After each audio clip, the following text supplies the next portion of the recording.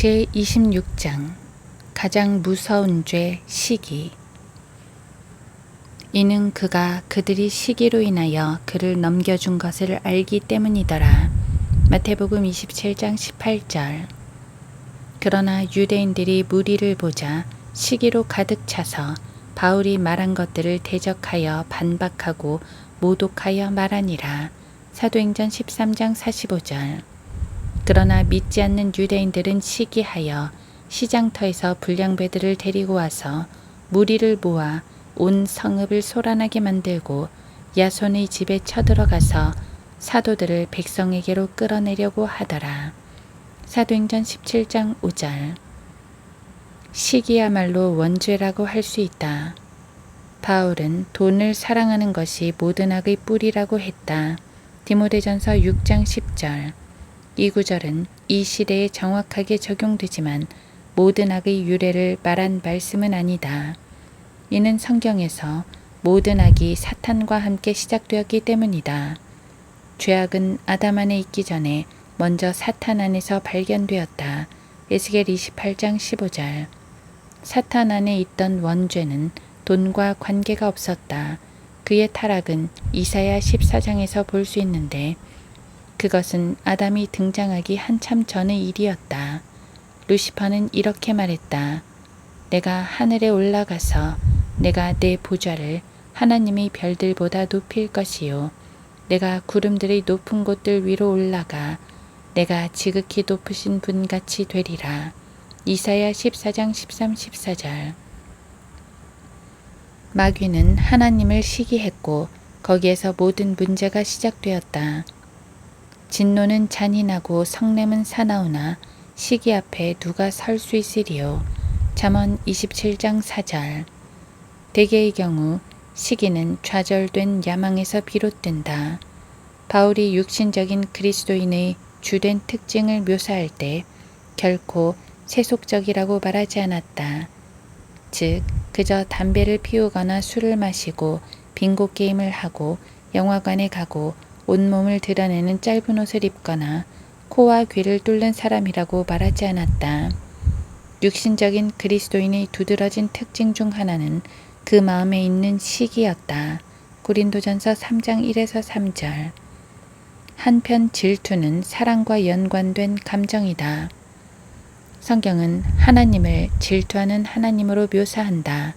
출애굽기 20장 5절, 출애굽기 34장 14절, 신명기 4장 24절, 5장 9절, 6장 15절, 여호수아 24장 19절. 하나님께 속해 있는 성도가 하나님보다 다른 누군가를 더 사랑하면 주님께서 불쾌하게 여기시는 것이다. 성경은 이것을 가리켜 경건한 질투라고 말씀한다. 고린도후서 11장 2절. 이에 반해 인간의 질투는 사랑처럼 죄 많은 육체에 오염되어 있다. 즉 우리는 순수하게 사랑하지 못하기 때문에 우리의 질투 또한 하나님의 질투처럼 순수할 수 없는 것이다. 하나님께서는 완전한 사랑을 소유하셨으므로 그분의 질투 역시 완전하다. 성경은 우리 안에 거하는 영이 시기할 만큼 갈망한다 라고 말씀한다. 야고보서 4장 5절. 하나님께서는 오직 그분만이 우리를 소유하기를 원하신다. 자기 아내를 사랑하는 남편이라면 당연히 다른 남자가 자기 아내와 어울려 다니는 것을 좋아하지 않을 것이다. 그 반대의 경우도 마찬가지다. 우리는 주님께서 값을 치르고 산 주님의 소유임을 명심해야 한다. 고린도전서 6장 20절. 주님께서는 우리가 다른 어떤 신이나 인간 또는 그 무엇을 가지고 그분 앞에 놓거나 그분의 자리를 차지하게 만드는 것을 원하시지 않는다. 첫째, 인간은 다른 사람의 권유나 힘을 시기한다. 온 우주에서 핵심 이슈는 이것과 관련이 있는데 곧 무엇이 최종 권위냐는 것이다. 과연 우리의 교회나 가정 안에서는 무엇이 최종 권위인가? 신문이나 방송 등 언론이 하는 일은 어떤 분야에서 누가 혹은 무엇이 최고인가를 알리는 일인데 곧 야구, 축구, 농구 등 어떤 팀이 이번 시즌에서 승리할 것인지, 누가 대통령에 당선되고 주요 공직에 선출될 것인지, 어떤 영화가 박스오피스에서 1위를 차지할 것인지 등을 알려주는 것이다. 세상은 이런 것을 가장 중요하게 여긴다. 사람들은 평생 동안 권위를 얻으려고 안간힘을 쓰면서 다른 사람의 힘과 권위를 시기하게 되는데 바로 여기에서 문제가 발생한다.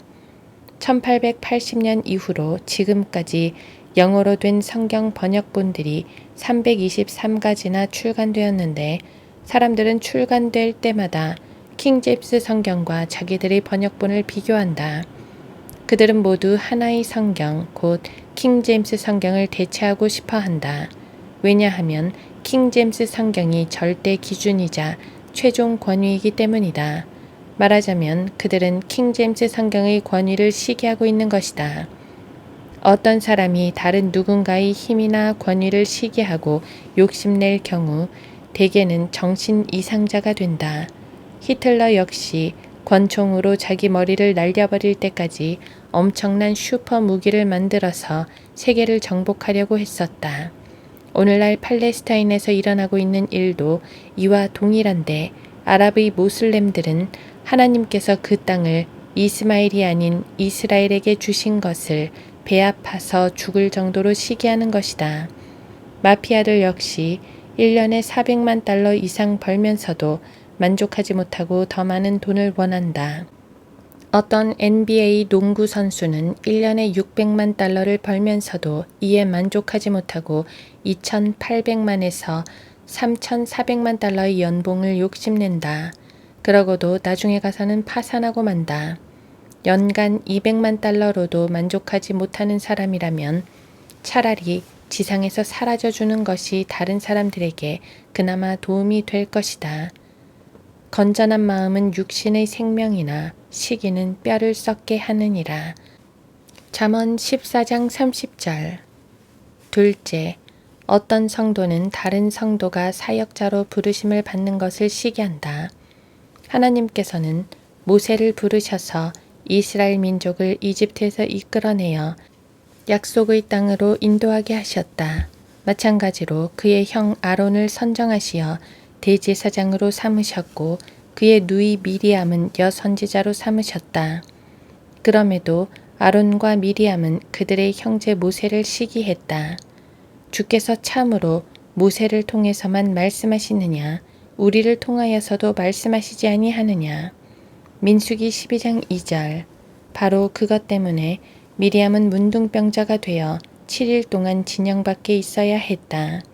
그 후 얼마 지나서 250명의 레위인들이 아론의 직분을 시기했다가 하나님의 불로 소멸되기도 했다. 민수기 16장 1에서 35절. 미국에는 무슨 대역 죄인이나 되는 것처럼 나를 비방하는 설교자들이 있다. 그들이 그렇게 비방하는 이유는 자기들이 미워하는 러크만이 이상하게도 자기들이 맺지 못하는 열매를 맺고 있기 때문이다. 나는 10대였을 때 시기에 대해 제대로 배운 적이 있었다.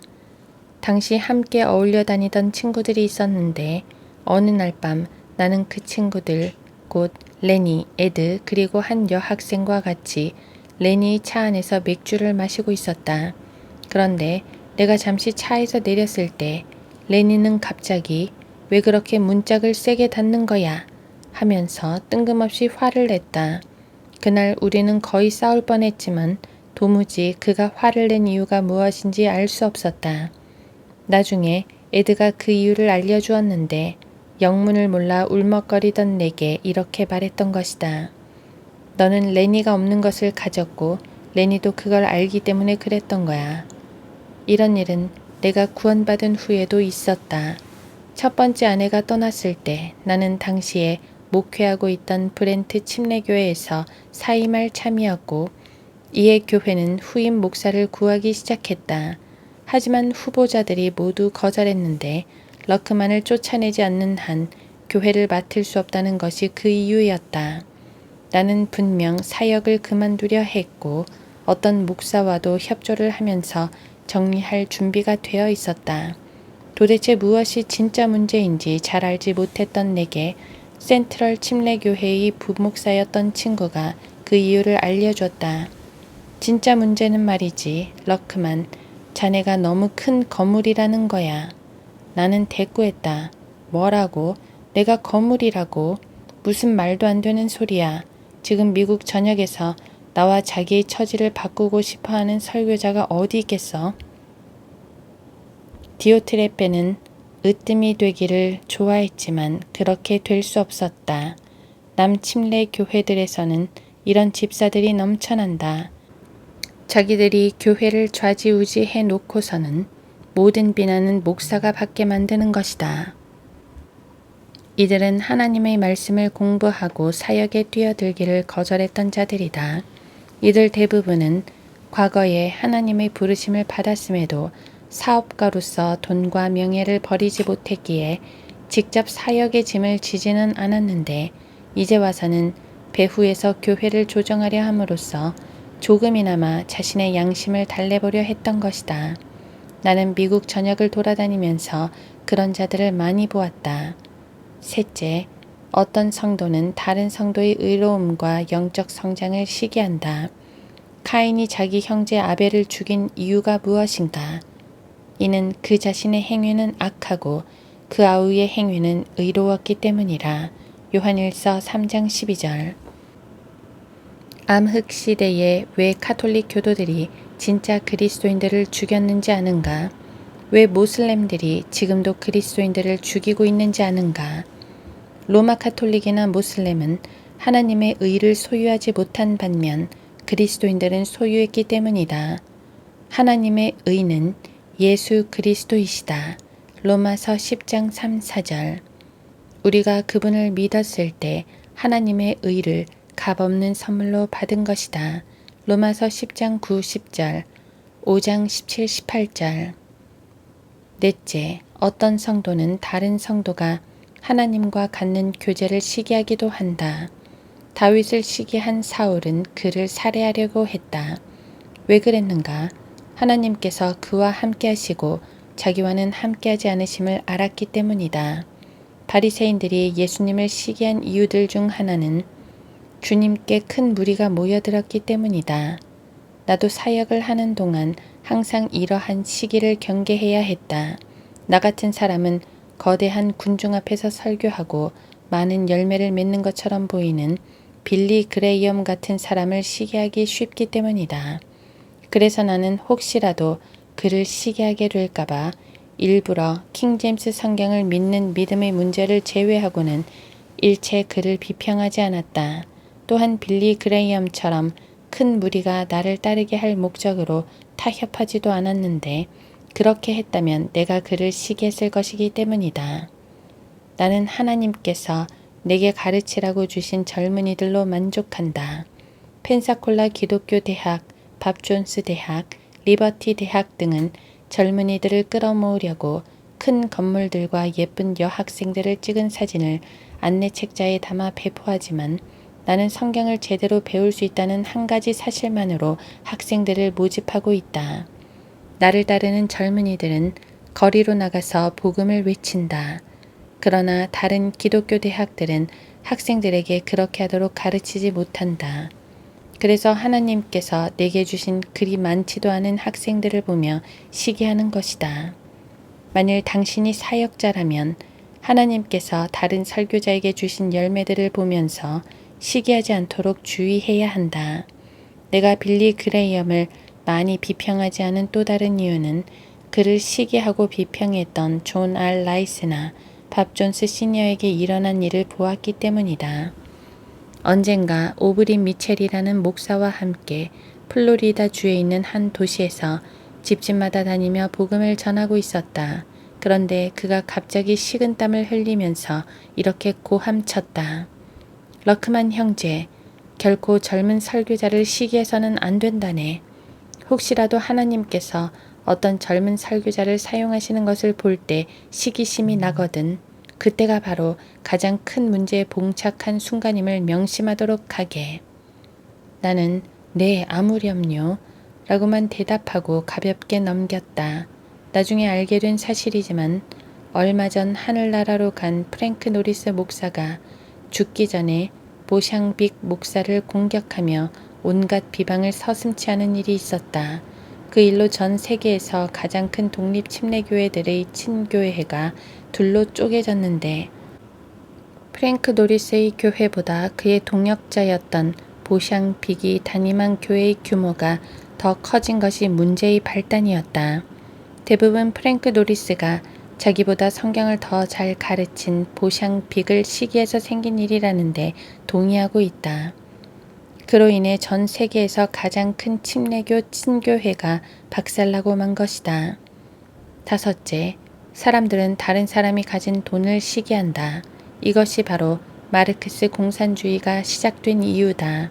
즉, 가지지 못한 자들이 자본을 투자하고 일자리를 창출해서 자기들을 고용하는 가진 자들을 시기한 것이다. 마르크스주의는 국민에 의한 국민을 위한 정부를 위해 만들어진 이념이 아니었고 다른 사람의 돈을 탐내는 욕심에서 비롯되었다. 칼 마르크스는 평생도록 빈털터리 거지로 살았다. 다른 사람들에게 빌부터 살았고 직업도 없었으며 줄곧 술을 마셨다. 그는 여자 하인을 범했고 자녀들 중에서 둘은 굶어 죽었으며 셋째 자녀는 자살했다. 이것이 바로 마르크스주의다.